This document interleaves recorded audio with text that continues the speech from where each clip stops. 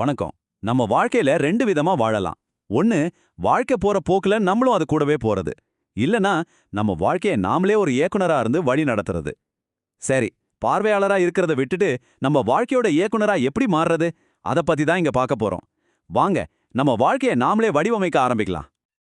இதுல நாம 4 முக்கியமான விஷயங்களை பத்தி பேச போறோம். முதல்ல நாம பார்வையாளரா இருக்குமா இல்ல இயக்குனரா இருக்குமான்னு பாப்போம். அப்புறம் நம்ம இலக்கை எப்படி டிசைன் பண்றதுன்னு தெரிஞ்சுக்கலாம். அதுக்கப்புறம் ஒரு ஆக்ஷன் பிளான் எப்படி உருவாக்குறது, கடைசியா இந்த பேலன்ஸ்டு லைஃப்ங்கிறது ஏன் ஒரு கட்டுக்கதைங்கிறதையும் புரிஞ்சுக்கலாம். சரி, பகுதி 1க்குள்ள போலாம். பார்வையாளரா அல்லது இயக்குனரா? நம்ம வாழ்க்கையை நாம் எப்படி பார்க்கறோங்கிற ஒரு ரொம்ப முக்கியமான கேள்வியோட ஆரம்பிக்கலாம் வாங்க. ஒக்க நிமிஷம் யோசிச்சு பாருங்களேன்.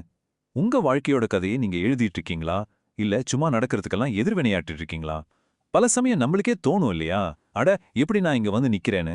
இதுதான் நம்ம முதல்ல நம்மள நாமே கேட்டுக்க வேண்டிய கேள்வி. பாருங்க, இங்க 2 பாதி இருக்கு. ஒன்னு மிதக்கும் வாழ்க்கை, அதாவது சூழ்நிலைக்கு ஏத்த மாதிரி ரியாக்ட் பண்ணிட்டு போறது. இன்னொன்னு வடிவமைக்கப்பட்ட வாழ்க்கை. இதுல ஒரு நோக்கத்தோட ஒவ்வொரு நாளையும் நாம இயக்குவோம். நம்மளும் நிறைய பேரு வாழ்க்கை போற போக்குல போயிட்டு இருப்போம். ஆனா நாம நினைச்சா நம்ம வாழ்க்கையை வடிவமைக்கிற அந்த பாதைக்கு நிச்சயம் மாற முடியும். அப்போ வாழ்க்கை போற போக்குல போறத நிறுத்திட்டு அத வடிவமைக்க ஆரம்பிக்கிறதுக்கு என்னதான் வழி?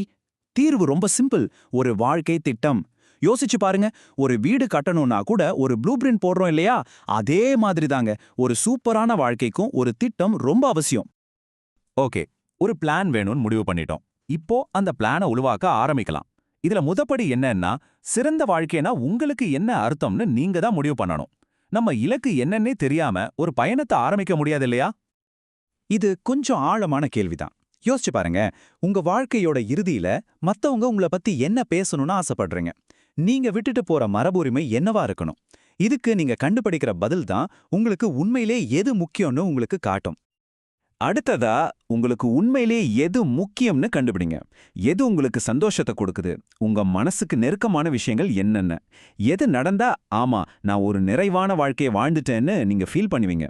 இது ரொம்ப தெளிவா வரையறுக்கிறது ரொம்ப முக்கியம். இங்க தான் விஷயமே இருக்கு.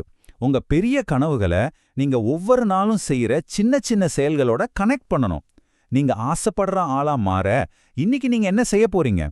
இந்த சின்ன சின்ன செயல்கள் தான் உங்க திட்டத்தை நிஜமாக்கும். இந்த கேள்விகளுக்கான பதில்களை எல்லாம் ஒரு டாக்குமெண்ட்ல எழுதுங்க. இது ஏதோ டைரி குறிப்பு மாதிரி இல்ல, இது ஒரு வாழும் ஆவணம். அதாவது காலம் போக போக நீங்க வளர வளர இந்த டாக்குமெண்ட்டும் உங்களோட சேர்ந்து வளரும். இது உங்களுக்கான ஒரு வழிகாட்டி மாதிரி. சரி, இது வரைக்கும் நம்மளோட ஏன் பத்தி தெளிவா பார்த்துட்டோம். இனி எப்படிங்கிற விஷயத்துக்குள்ள போலாம். ஒரு கனவு மட்டும் இருந்தா பத்தாது இல்லையா? அதை நிஜமாக்குறதுக்கு ஒரு தெளிவான செயல் திட்டம் தேவை. நீங்க இப்ப இருக்கிற இடத்துக்கும் நீங்க போக நினைக்கிற இடத்துக்கும் இடையில ஒரு பாலம் கட்டணும். அதுக்கு சில படிகள் இருக்கு. இதுல நாம முதல் படியையும் கடைசி படியையும் இப்போ பார்க்கலாம். இதுதான் உங்க திட்டத்தை நிஜமாக்க ரொம்ப உதவும். முதல் படி தான் ரொம்ப ரொம்ப முக்கியம். எந்த விதமான சுய விமர்சனமும் இல்லாம உங்க வாழ்க்கை இப்போ எப்படி இருக்குன்னு ரொம்ப நேர்மையா ஒரு மதிப்பீடு செய்யுங்க. உங்க ஸ்டார்டிங் பாயிண்ட் என்னன்னு தெரிஞ்சா மட்டும்தான் சரியான பாதையில போக முடியும். நீங்க எங்க இருக்கீங்கன்னு நேர்மையா மதிப்பிட்டதுக்கு அப்புறம் கடைசி மற்றும் முக்கியமான படி இதுதான். உங்க பெரிய இலக்குகளை குட்டி குட்டி செயல்களை உடைக்கணும். தினமும் என்ன பண்ணணும், வாரம் வாரம் என்ன பண்ணணும், மாசம் மாசம் என்ன பண்ணணும்னு பிரிக்கும்போது மலை மாதிரி தெரிகிற இலக்கு கூட ரொம்ப சுலபமாயிடும். சரி, நிறைய பேரை ஒரு வாழ்க்கை திட்டம் போட விடாம தடுக்கிற ஒரு பொதுவான தடை இருக்கு. அத பத்தி இப்ப பேசலாம். அது என்னன்னா, நம்ம வாழ்க்கையோட எல்லா பகுதியையும் நாம கச்சிதமா சமநிலைப்படுத்தணும் அப்படிங்கிற ஒரு கட்டுக்கதை. இந்த தவறான நம்பிக்கையை முதல்ல புரிஞ்சுக்கலாம். எல்லாத்துக்கும் சமமான நேரம் கொடுக்கணும், எல்லாத்தையும் பேலன்ஸ் பண்ணணும்னு நாம முயற்சி பண்ணும்போது பெரும்பாலும் விரக்தி தான் மிஞ்சும். கடைசியில எதையுமே செய்யாம விட்டுடுவோம். ஏன்னா வாழ்க்கை அப்படி வேலை செய்யறதில்ல. அப்போ சமநிலையே தேவையில்லையா?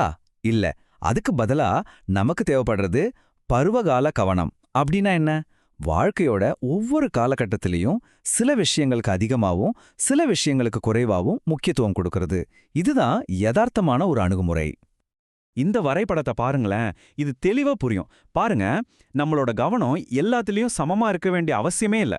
ஒருவேளை இப்போ உங்க கவனம் வேலையில அதிகமா இருக்கலாம், ஆரோக்கியத்துல குறைவா இருக்கலாம். பரவாயில்ல, அதுல எந்த தப்பும் இல்ல. அது அந்தந்த பருவத்துக்கான ஒரு தேர்வு, அவ்வளவுதான்.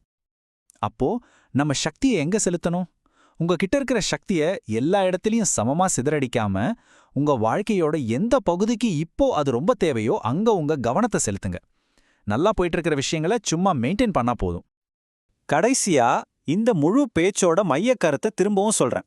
சும்மா பார்வையாளரா இல்லாம உங்க வாழ்க்கையோட சிற்பியா மாறுற சக்தி உங்ககிட்ட தான் இருக்கு. ஒரு சிறந்த வாழ்க்கை தானா அமைஞ்சிடாது, அதை நாம தான் வடிவமைக்கணும். நாம நிறைய விஷயங்கள் பேசிட்டோம். இப்போ ஒரே ஒரு கேள்விதான். இந்த நொடியில உங்க முழு கவனமும் தேவைப்படுற அந்த ஒற்றை விஷயம் என்ன? அதை கண்டுபிடிங்க. அதிலிருந்து உங்க பயணத்தை தொடங்குங்க.